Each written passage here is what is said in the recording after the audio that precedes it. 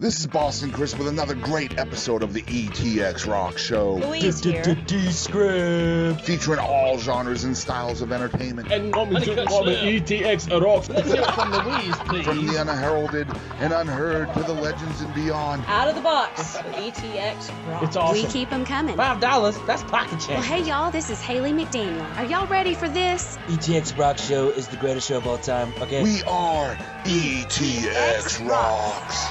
The ETX ROCKS Show is the best show of all time, say? The other shows, you're good, you're real good. As long as we're around, you'll be second best, say? Cut. Hey guys, we're Blacktop Mojo, and thank you for tuning in to ETX ROCKS. This is important, so grab a pen. We are mobile audio and video productions serving East Texas and surrounding areas. We're running a special for electronic press kits, also known as promos or EPKs. For $496 with everything included, we will come to your location, film and record your band's live performance, interview band members, then create a professional package with graphics and effects delivered to you in the digital format of your choice, ready to be uploaded to your band's website, Facebook page, or YouTube channel. The packages we prepare can also be pretty valuable tools to send to venues, booking agents, or promoters, even record labels. You take your band seriously, make sure the world does too. Here's our number, 903-738-3881. Check out mobileaudiolabs.com. Find us on Facebook, Mobile Audio and Video Productions.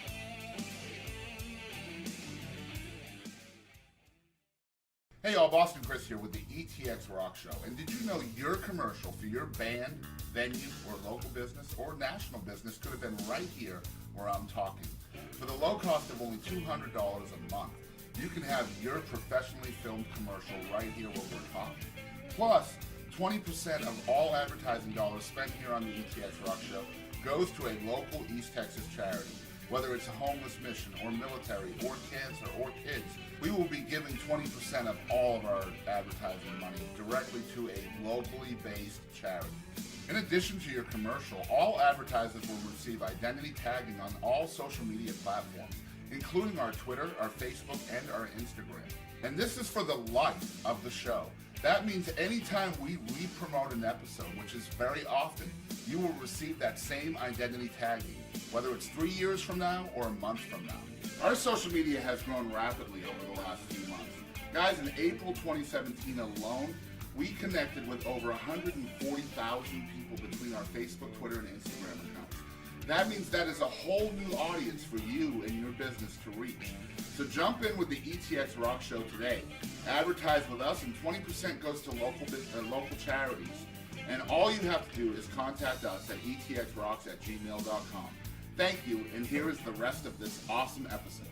Hey guys, I'm Holly Tucker, and you're listening to the ETX ROCKS Show. Hey guys, Boston Chris here with another episode of Behind the Music with Boston Chris, only here on the ETX ROCKS Show. And as you guys know out there, we are really big fans of the songwriter, the uniqueness of creativity and creating songs out of thin air, really. And one of our favorite songwriters, myself and Louise included, is Nick Brumley from Marshall, Texas. Nick and I have been associated, we've been friends for a couple of years now, and he's one of the most intimate acoustic players in East Texas, in my personal opinion. Anytime we go to see Nick in his solo acoustic setting, it's just so heart-wrenching. It's like a spiritual event, really. It's just amazing what he can do with melodies and words, and it's just a huge thrill to have you here finally on the ETX ROCKS Show. Thank you for having me. We've been trying a long time to scheduling. Yeah, because you're one of the most busy people in East Texas. You play like 3 or 4 different states, really the whole Arklatex. I try to. So nailing you down is tough. Yeah, and it's tough too, because sometimes I get broke a lot, and so like when you have something booked in advance and a gig comes up and I have to take it. Right. Yeah. Of course. If you want me to come do this show, I gotta like go do this gig so I can drive over here. Put that gas in the tank. No, we completely understand the broke side of things. That's why we're sitting in a living room. Hey, I dig it though. We were talking about intimate, you know. It's nice though, right? I dig it, we're in like, a living room, but it's a movie set. Yeah. of stuff. And then that weird guy behind me. That's a good picture, though, man.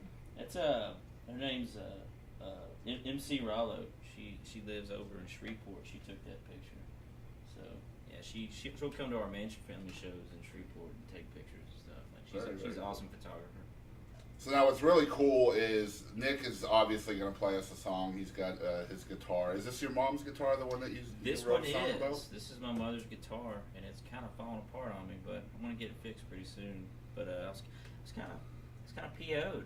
Like, she kind of kept it from me for a minute. Really? Like, I was learning guitar for about a year, and she goes, "Oh yeah, I got one up in the attic." I was like, "Wow, thanks." Holding out on you. That's just she not was cool. she wouldn't think about it. She wasn't doing it on purpose. Right. But So tell us what you're going to play and tell us the backstory behind it. I'm gonna play a song called "My Thoughts, My Mom's Guitar and Daddy's Heart," and I wrote this song when I got off the road from about a 10-day stretch and was really beating myself up over it because I have there's some bars you go and play at, and a lot of people, they want to hear cover songs.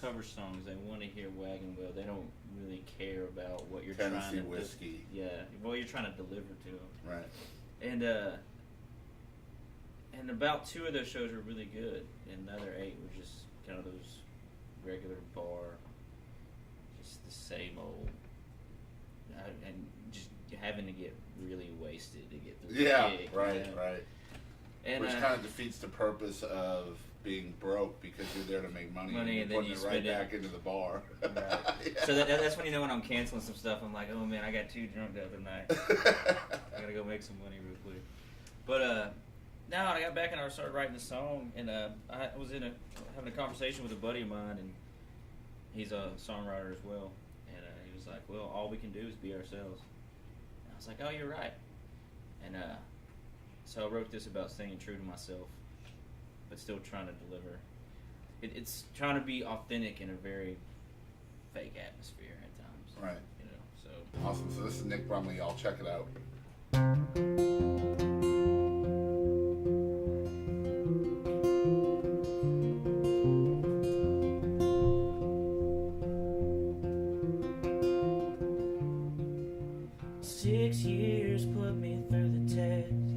Neon lights and overplayed requests.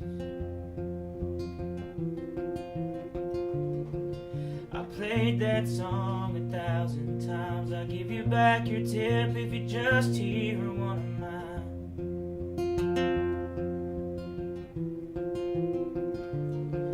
And I don't watch that MTV, and you won't see me on CMT. You could catch me there in Shreveport Wednesday nights. And I don't drive a lifted truck. I got an 05 Civic, so wish me luck. And all I wear is Levi 514s. And all you're ever gonna get from me are my thoughts, my mom's guitar, and my daddy's heart.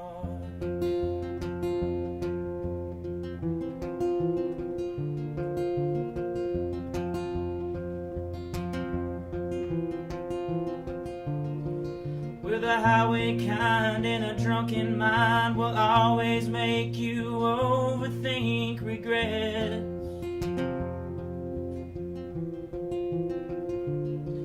Like, was it worth these 7 years? I miss my mother's face on Christmas Day.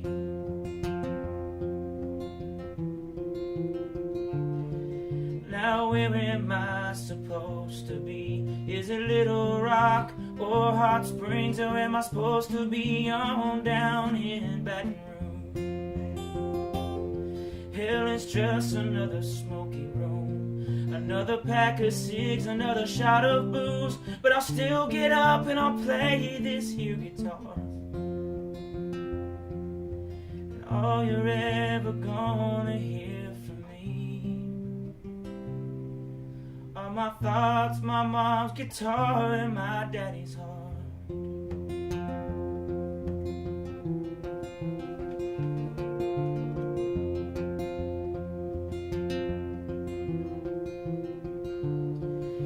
If I've said it once, I've said it twice.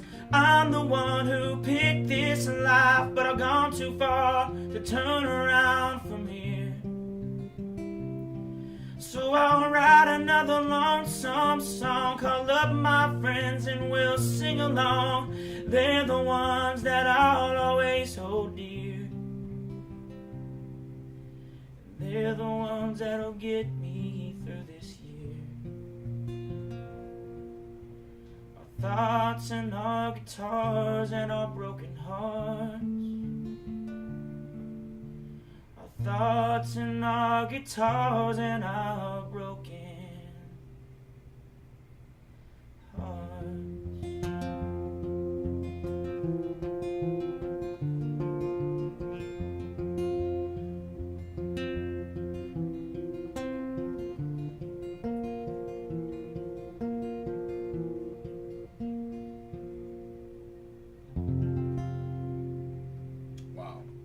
Nick Brumley. So, the title of that song, is it, what's the actual title? My Thoughts, My Mom's Guitar, and Daddy's Heart.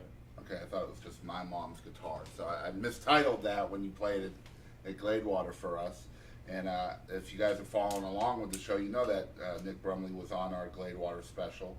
Actually won the contest out there in Gladewater as well. Thanks for inviting me to do Oh, that. you're very welcome, man. You know, when we came up with the concept of having a singer-songwriter showcase, you were the first name we thought of. I mean, you are our favorite songwriter. Thank you. Thank you very much. And that's not... people who watch this show know that I don't tend to throw around biases very much. I talk in vagaries a lot. You know, like, I like music, I like songwriting, but what you do has always been top of the list for us. One of the first albums we bought from a local artist was your Live at Charlie's Backyard Bar. Oh, yeah. It's one of the best albums I've ever listened to in my life, and I mean, I'm talking local music, national, whatever. Thank you. Just what you Wow, do. Man, you really put the pressure on. Hey, man, you know, what you do is just, it's incredible, man. You take, and, you know, your lyrics, a lot of your lyrics are pretty dark and come from a depressing kind of place, but just listening to a song like that, it's almost like, you know, you're just sitting there writing a song about how you wish things were instead of how sometimes they present themselves to you. Right. And I love that. I love how you take real life situations and make music out of that. Thank you. So as a senior in high school, that's when you really decided or picked up a guitar for the first time and started learning.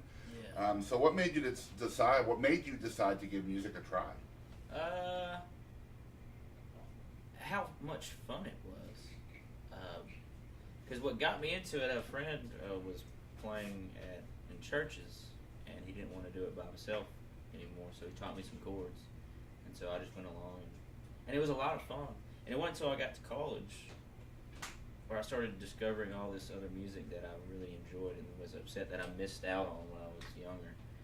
And I would love to hear what some of your influences are, because your style is so unique. So I want to know where that comes from.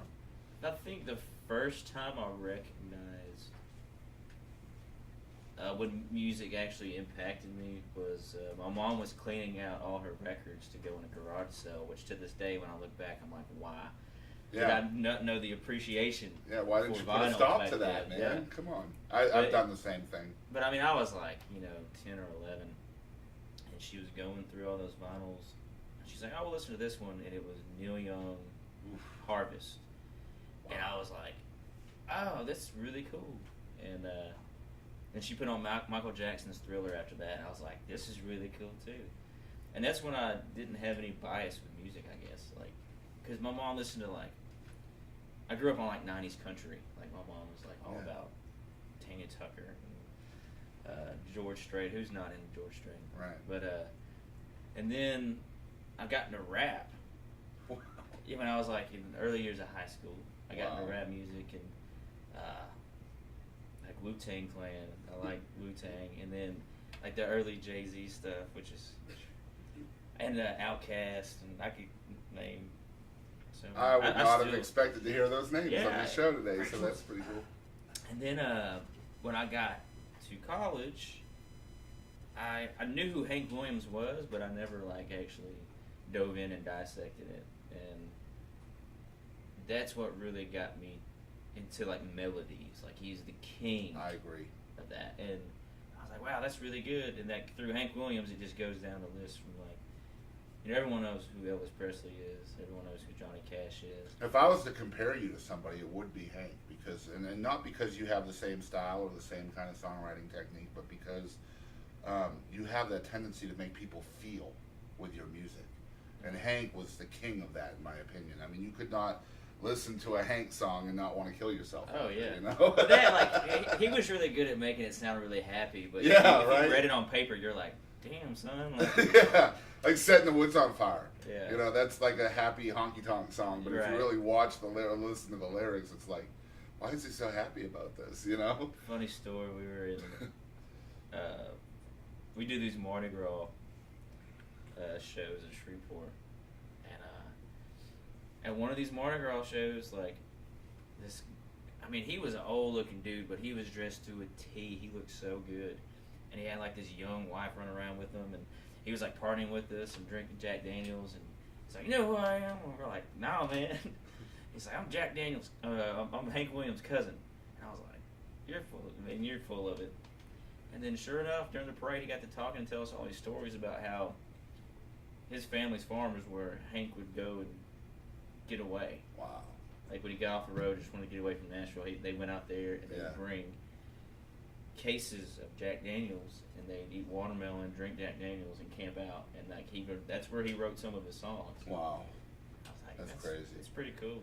So, I mean, the way your influences and inspirations worked was kind of in reverse. Like, you kind of reached back to the older generation after already being influenced by some of the 90s stuff that you were growing up listening to. I think Oh Brother Where Art Thou, when that movie came out, had a lot to do with that, because that made, like, folk music popular again. Yes, absolutely. And so when watching that I think that's when the revolution of Americana really came storming back. It came back, And it was... because that's when I first like heard Gillian Welch, and I was like, oh man, this is really cool. And you find an artist that you like, if you research it, you're gonna find so much other music, and there's so much good music out there. Like all it takes is that effort to go find it. Right. And there's so much undiscovered stuff. Like, I mean, you know, one of the greatest songwriters in history is Townes Van Zandt, in my opinion. I mean, he's like a cult figure in the world of music, but how many people really know who he is? It's kind of weird. It took him to die. Yeah. You know, it's one of those sad situations where it took him to actually pass away for people to go, oh yeah, like we need to respect him now. Now he did get respect by his peers, right? Other musicians. Oh, I'm saying outside of the music business, though. In the popular world. Right, yeah. Mainstream, whatever. And I definitely, like, Gillian Welch and David Rawlings had a record called Black Star, and only had 3 songs on it. It was an EP. And White Freightliner was on that EP, and that's when I first heard of Townes Van Zandt. And through that, you just...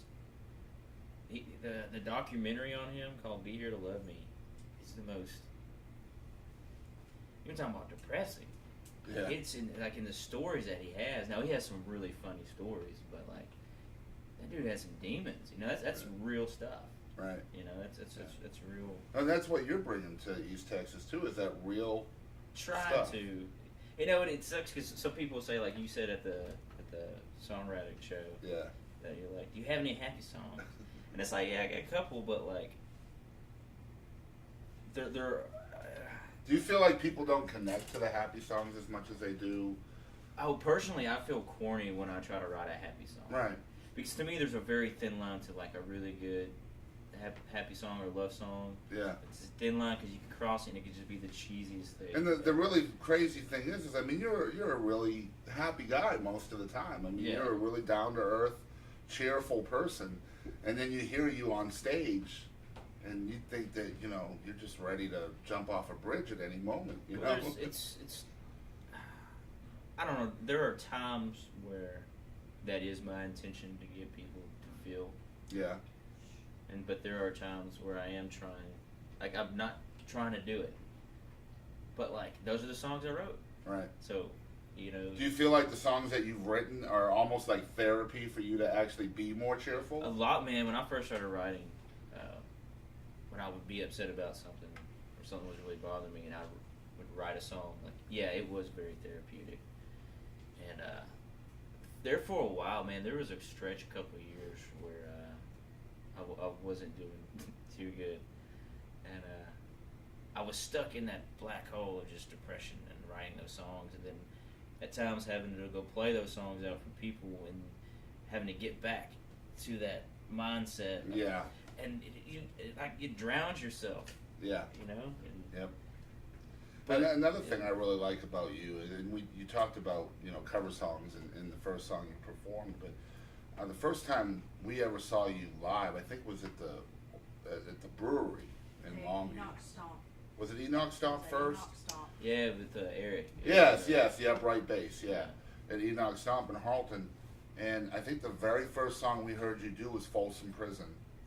And I'm telling you, it was probably a minute and a half into the song before I realized it was Folsom Prison. Oh yeah, just the playing it different. The way you play it is so unique. So even with the cover songs, you play them like you took this amazing song and then made it your own and put your own spin on it. Is that, obviously you mean to do that, but I mean, what's the point of doing that as an artist? To deliver something different, I guess, or to make it fun. Right. You know, and you can't, like, to me, great artists, like, don't even try to mimic them. Yeah. You know, you want to be who you are. Mm-hmm. You want to be yourself. Now, if you want to play other people's songs, you know, there's nothing wrong with that, but I feel like make it yours. Mm-hmm. Because, I've recorded a lot of videos of Nick Brumley over the last couple of years, and every single time I'm like, okay, I actually have to message him and be like, okay, was this a cover? What's the name of this song? And then, so it's like, yeah, that's a cover song. It's called this. And I'd be like, oh, okay, I would have never known. But I knew the song, you know.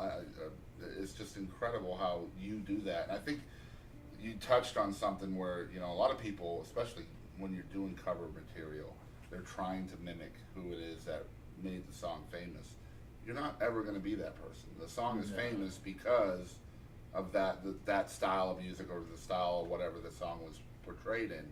But if you can come along and put a spin on that song that they didn't think of, right, then you're staying true to your own identity, I think. I think I don't know, recently the most successful person, like, to do that, to make a cover of their own, is Chris Stapleton. Yes, absolutely. Whiskey. And there are still people out there that think he actually wrote the song. Right. And that's nothing against him. He just did a hell of a job. Yeah, he took it and made it his own. You know? Sturgill Simpson does a lot of that, too. I mean, he's so unique. Oh, his Nirvana cover. Yeah. Great. Yeah, ridiculous. So good. So, I mean, you know, you do a lot of solo acoustic shows, but you also have a full band called the Mansion Family. The I is very important. It's Mansion. So tell us about the band and what the style is of the band, because I know that your representation and wording that you call the band is really cool. What do we call it? There was one time somebody asked us, I think it was maybe it was like At Play magazine or something like that. And what do y'all call the band? How can you describe it? We said,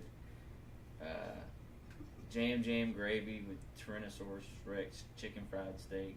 Great. It was something weird. I can't even remember what it was. But like, I loved it. That was the best version I ever heard.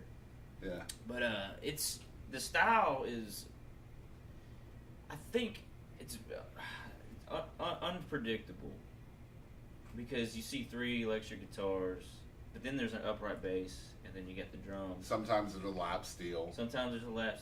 And it's, you would think it's like, oh, they're gonna play like some rock and roll, and like there is some rock and roll. Yeah, I mean, I've heard everything from some harder type rock to the folk to the honky tonk to, I mean, it's a mixed match of everything. I think like we never tried to pinpoint like a genre. We're just like, let's just do us. Yeah. And like each member of the band delivers something. It's not like one person's in charge and this is how we're gonna do things. Right. Like there may be a song delivered and it's like, all right, let's put the pieces together and we'll go play. Sometimes we'll throw out a new song like while we're playing, And sometimes it works, sometimes it doesn't. Right. But we're still going to try. Well, at least you did it. Yeah. Exactly. Hi, I'm Lee Mathis. I'm Philip Griffith. And thanks for tuning in to ETX Rocks. So, I mean, I've heard a lot of your originals done acoustically, you know, both acoustically and with the band. And each version of these songs, I mean, they come from a completely different feel and even a different tone between acoustic and the full band. So when you write a song, do you have one style or another in mind when you're writing? No. I used to have like all the music down because I would just play guitar all the time, like kind of like write a song out musically, and then I'll have a melody in my head, and then I'll just write the song out. Right.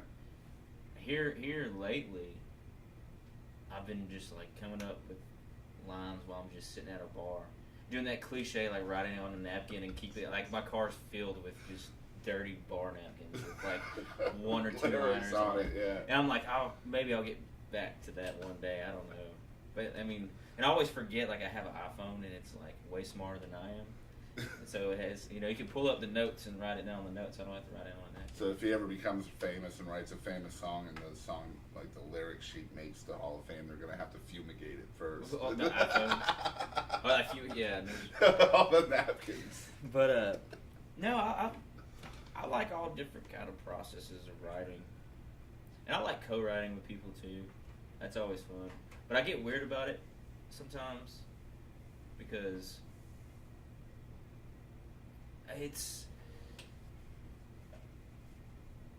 I'll have some people come with like, hey, let's co-write. I want to co-write with you on the song that you're working on. And then I don't think it's stingy or selfish. I'm like, man, this one's dear to me. Like, yeah. I want to. They're your kids. Yeah. Like, they're your let me finish this one. Let's. Right. Let's start from scratch on the co-write. Yeah. Like, and I like that. Like starting from scratch instead of. How do you adjust a song that's written for a lone guitar and to fit it into a full band song? So if like you're saying, if I had like a solo song playing acoustic and then deliver it to Well, I mean, I assume that most of the songs you're writing, you're sitting with your guitar. And, yeah, I mean. So how do you take that song that you've written on one guitar and then fit it into the full band style? There's been different cases. Like a lot of the Mansion Family stuff that we play, like Eric and I have played for a while. So Eric already knows the bass part. And because we did an album called Wildlife. It's called Brumley and Gardner, and all original songs, and we play a lot of those with the Mansion Family, so we're very familiar with those. And Dean and Fox had played along, and we played some of them because we had like an acoustic band called the Good Time Rounders, and so they were fairly familiar. And Fox and I have lived together for too long, like 11 years or something. And wow. But so he always knows, like he'll hear me play him, and he'll be an familiar. Amazing guitarist. And Casey Brown playing drums. I may have a song and deliver it, but like he actually constructs it. Like he's really good at that. So it's not really hard, like delivering the song. It just kind of comes. So it's just naturally. everybody kind of putting their own input into it and making it come out. And I mean, it's just cool because, like I said, we've been to a lot of solo shows of yours and listened to your original stuff. That's our favorite part of the show, which is opposite of what you're talking about in that first song. But and then we go to the full band and it's the same song, but it's completely different. It's just weird. So I wanted to hear your insight on that. I mean, do you try to maintain the original tone of the song, or does it just take a life of its own? Within the band, it'll definitely take a life of its own. Yeah. And that's fun watching that happen. Right. And it's fun too if I play it by myself because I can control where it goes. Right. Like the tempo and stuff like that. But with the full band, it's definitely more interesting, more fun with the full band, just to see what direction it's gonna go. Well, yeah, I mean, you've got 4 or 5 minds all working on it too. Oh yeah. So I mean, and I'm assuming you're all pretty creative people. Yeah, and for the most part, like everybody listens to each other, which is one of the most important things when you're playing with people. Is like you're not the only person up there. Like you don't have to put your amp on 10 and say, "Listen to me." Like there are other people trying to make it better. Right. And that's very important. Is the listening part. So as someone who, I mean, I have a lot of respect for Nick because, I mean, you work so much at your craft. You're always out somewhere playing, every weekend, every weekday, just about. So I mean, you're almost like that testament of the starving artist in a way. Oh, yeah, starving is for sure. Yeah, for sure. And starving songwriter too. But my question would be, what is your goal? What is your mission? What do you want to become out of this? Honestly,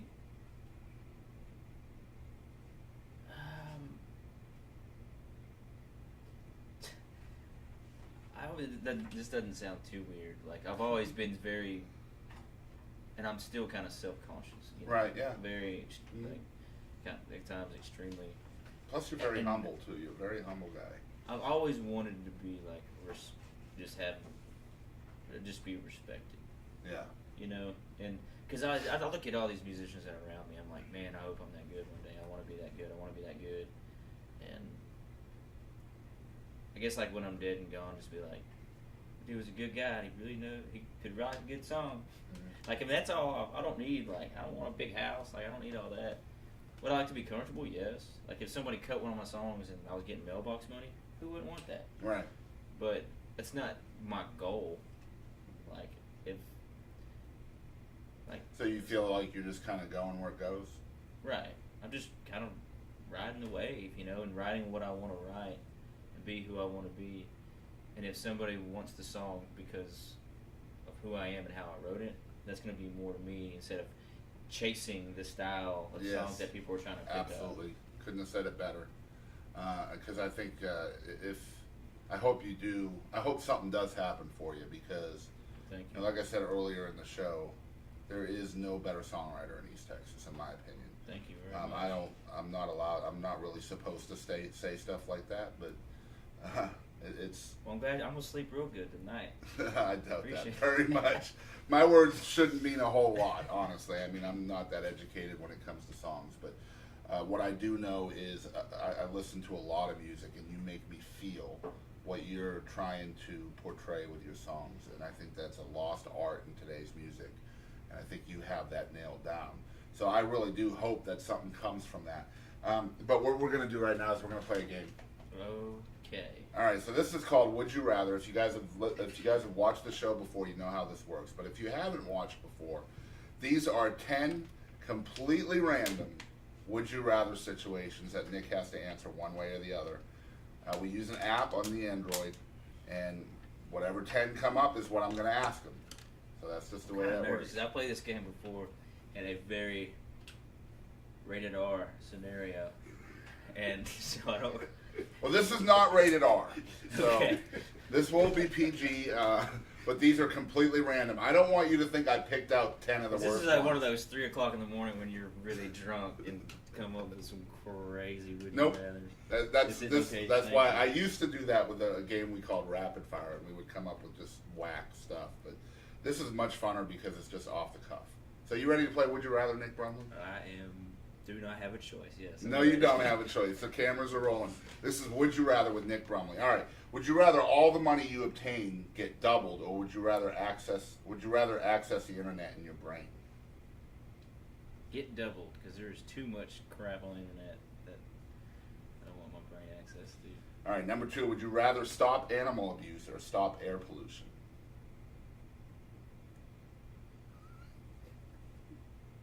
Animal abuse, because, like, I mean... Off camera, he would have said air pollution. No! Like, I breathe in, like, sawdust and, you know, boat motors every day, so it's like, even if the air was Plus clear, you're in smoky bar rooms like 40. Yeah, when I smoke cigarettes, like, that's the worst pollution you can have. Right. I'm not going to stop smoking cigarettes. Animal lives matter. Animal lives matter. Yeah, that is true. All right. Number 3, would you rather have one wish granted right now, or would you rather have 3 wishes granted in 10 years? 3 and 10. All right. Number 4, would you rather have Kanye West be your president, or have Donald Trump be your president? Dang. I swear it's on there. Ooh-wee.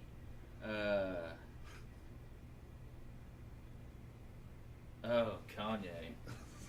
Kanye. Wow, 53% said Kanye. All right, number 5. Would you rather know the date of your death or the cause of your death? The cause, because then I could probably prevent it. Very true, very true. All right, number 6. Would you rather witness a meteor hitting Earth, or would you rather witness a volcano erupting? A volcano erupting. All right, number 7 is... Where am I? All right, wait, would the meteor destroy Earth? I don't know.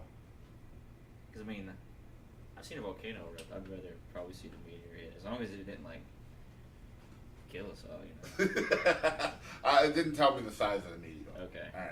All right, would you rather need glasses to see far away, or would you rather need glasses to see close up? Glasses to see far away, because that's what these do. All right, you can only do one. Would you rather only look up or only look down? Only look up. All right. Number 9. Would you rather be a zombie from Walking Dead or be a vampire from Vampire Diaries? Vampire from Vampire Diaries.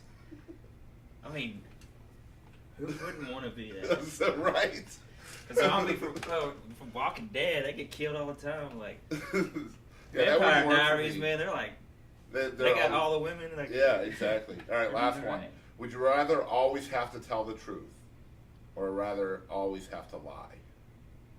Always tell the truth. Are you sure, Nick Brumley? Yeah, for sure. I try to do that all day anyway. That was Would You Rather with Nick Brumley. That was a lot of fun. See, it wasn't so bad, was it? No, I thought it was going to be way worse. I've heard some crazy ones. Just be happy. Just be happy you weren't on Dig It with D Scripts, because he plays What the Heck, and that is crazy. Okay, I'll remember that. Yeah. So next time you're on the show, we'll have to have you on a Thursday and get Dennis to interview you. Okay, sounds good. Hey y'all, this is Caitlin Butts, and thanks for listening to the ETX ROCKS Show. All right, so the big question I always have for you, and every time I see you, I ask you, I think, is when can we get new music, either from Nick Brumley or the Mansion family? Are you guys working on an album? I know since the contest, we went by Studio 333, and we're going to do a single. So we started that process, and I'm in the process of doing a full-length solo album that I'm really excited about, because I'm getting to work with guys from Shreveport that I've been wanting to play with record with for the longest time. So that's actually coming together. Very, very cool. And we're going to record it like upstairs in Charlie's backyard bar, which is like considered Magnolia Hall. So yeah, it's just like up there. It's 14-foot ceiling. We did 2 episodes from up there. Yeah. Yeah, at the pre-jam. So I'm really looking forward to that.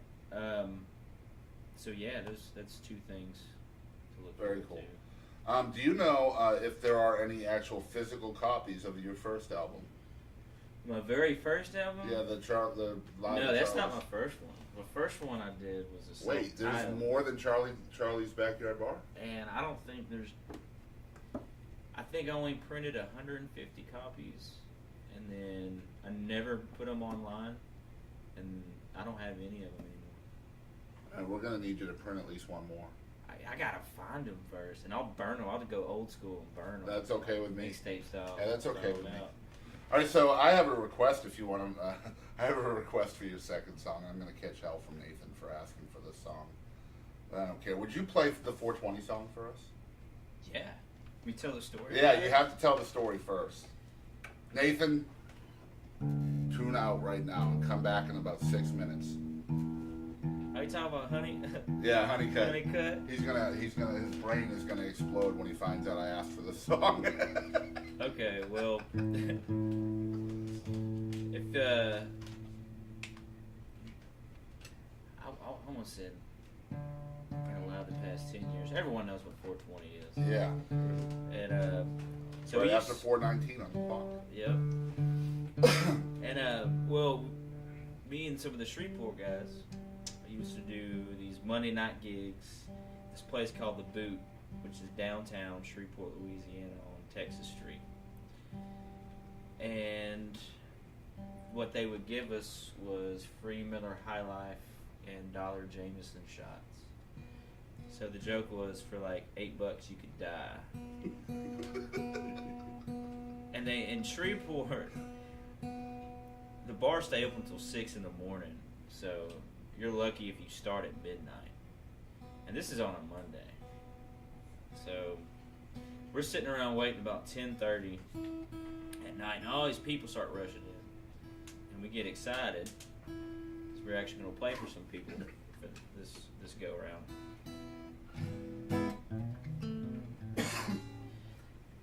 And turns out we won by default because someone got stabbed at the bar caddy corner from us. That's why all the people rushed in there. But we digged the gig anyways, and when we got done with the gig, the guy who plays the drums with us, his name is Jeremy Gibson. We call him Gib. Well, he was the one driving us home. And Gib has a tattoo on his left wrist of a digital watch that's stuck on 420. And we got pulled over on that ride home and got out of going to jail because of that tattoo. So when I got home from Louisiana, I had to write a song about it because it was just too good of a story to not. And this song is incredible, y'all. Y'all check it out.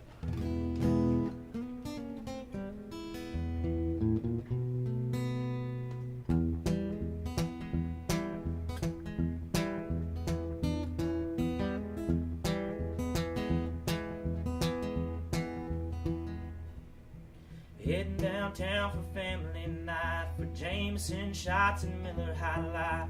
It's just another night of music with the boys. Well, the boot was empty at 10:15, then increased by 40 within 10 minutes, 'cause some poor guy got stabbed on down the road. Well, we knew right then it'd be a hell of a night, so we took more shots and we took our mics. We kicked it off singing When Country Had a Soul.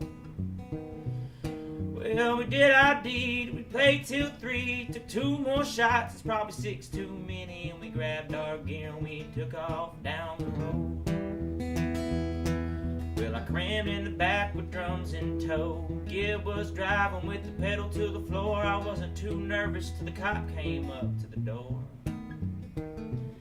Hell, we weren't driving too fast, we weren't driving too slow, but one thing's for sure, red don't mean go. And here we are pulled over on the side of the road. We're drunk and high and God knows what. For sure we thought we'd run out of luck if it wasn't for that tattoo right there on Gib's sleeve. Well, right there on his wrist is a digital watch, and there's only one time and that's all it's got. Well, 420 saved my life. 420 saved my life, saved my life. Ain't gonna rest my head in no drunk tank tonight. 420 saved my life, saved my life. Yeah, we had to be the luckiest sons of bitches alive. Well, the cop's at the window and he's shining his light. He's asking for a license, which is no surprise, but turns out Gib lost it just the other 2 or 3 drunken nights. Oh, but he had a passport, which is in the back underneath all them drums in some drumstick bag, and he asked the officer if he can get out and go take a look around. Oh, well, Gib was kind, so the officer obliged. When Gib got out of his Nissan Xterra, he opened up the back of his Nissan Xterra, and all his drums fell out on Kings Highway. Oh, but he found his passport, which was one good thing, but then 2 more cops showed up, and now there's 3, but good thing Gib used to be a four-wheeler salesman, and his talking was right up to speed. Well, they asked the officer how was his night, and asked about the stabbing if the victim was alright, and asked if they ever caught that street corner stabbing guy. Well, the cop said he was good, he was just passing through. The victim is alright, he will survive, but turns out we still haven't caught that street corner stabbing guy, so why do you have us pulled over with his attempted murder on? Well, the cop came back, said Gib was clean, but he said, boy, wait right there, there's only one more thing. If you tell me what time you got, I swear I'll let you go. Well, we knew right then it had to be a trap, but Gib said 420 anyways, and the cops laughed and laughed.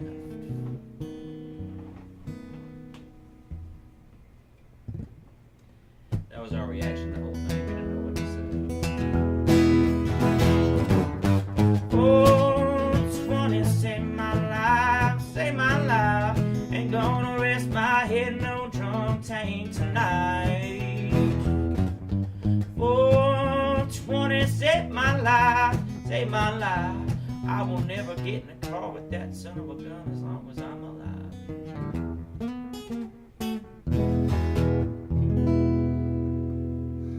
That's 420 Saved My Life by the one and only Nick Brumley.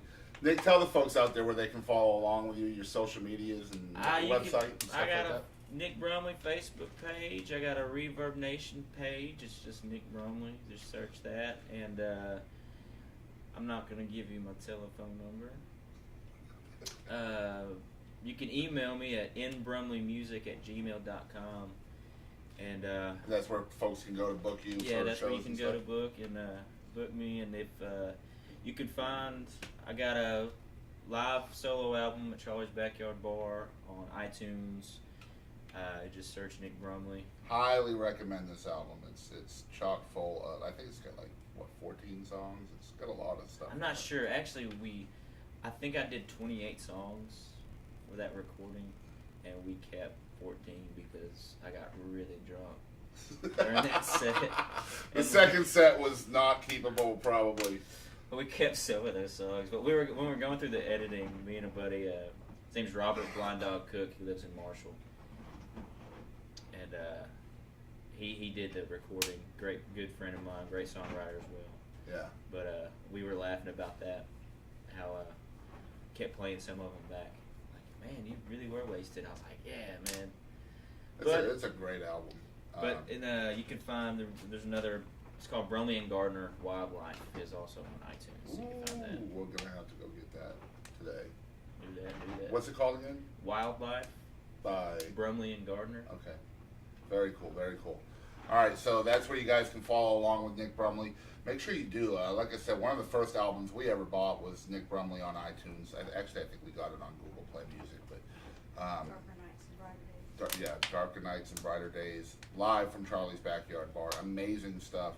And it was all recorded live, like you heard here today. I think it was just you and your guitar that day, too. Yeah, right? just me and the guitar. Just unbelievable stuff. Make sure you're following along with Nick on Facebook. He plays all over the place, from Shreveport to East Texas to Arkansas, all over the place. So if you're local to the Arklatex area, he's probably going to be close to y'all pretty soon. So come check out a show. Make sure you're following along with his social media, Mansion Family. Click that like button. Check out the Reverb Nation page. And if you want to book him, it's was it N Brumley? nbrumleymusic@gmail.com. There you go. And that's where you go to book them. So all you venues that are watching the ETX Rock Show, you might want to have Nick on your show, or at your venue rather. Very, very awesome stuff. Very unique.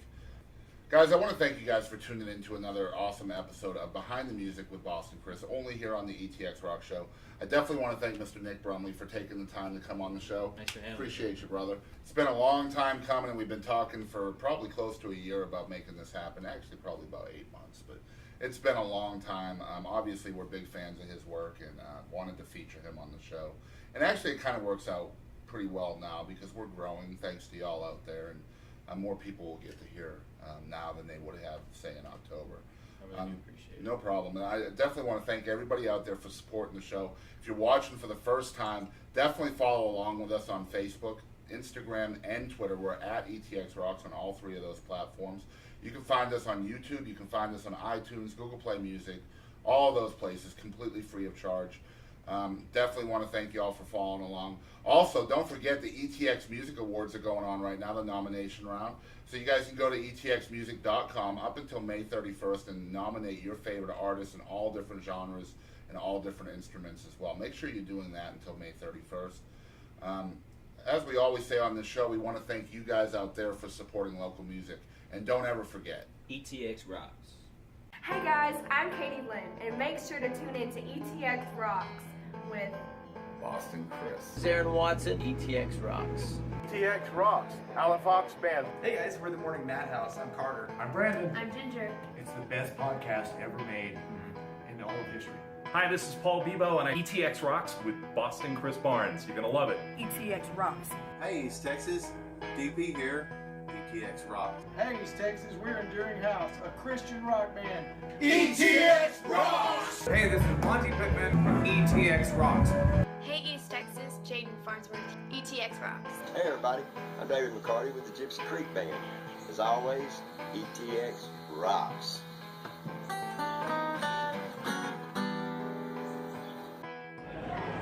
Hey guys, this is Chris Colston. Thanks for tuning in to the ETX ROCKS Show. The ETX ROCKS Show. The ETX ROCKS Show. Ho! Hey folks, I'm WWE Hall of Famer Hacksaw Jim Duggan, and I just want to make sure you support local music. Hi, East Texas, this is Chris Wayne. And Crystal Clark with KYKX 1057. ETX rocks! Hey, East Texas, we're Lady Chaz and the Tramps. And just remember, ETX rocks. Hey, this is Todd Freeman of ETX ROCKS with Folsom Prison. Hey, East Texas, I'm Waylon Hicks, and remember, ETX rocks. Hey, what's going on, guys? This is the one and only SP, El Mexicano con Estilo. Make sure to support your local music, and ETX rocks. Hello, we're one way home. Hey, East Texas, this is Teaser. Please continue to support local music. And always remember, ETX rocks! Howdy folks, this is Aaron Watson. Support local music and ETX rocks. Hey, this is Chris Colston. Make sure you support local music And ETX rocks. Hey, this is Hannah Kirby. Thanks for tuning in to the ETX ROCKS Show. Tough guy, ho! Covering music-related content of all genres. If it filters through Eastern Texas, it's fair game. Y'all bring it. From Texarkana down to the coast and Dallas down to Houston and everything in between. We are ETX ROCKS!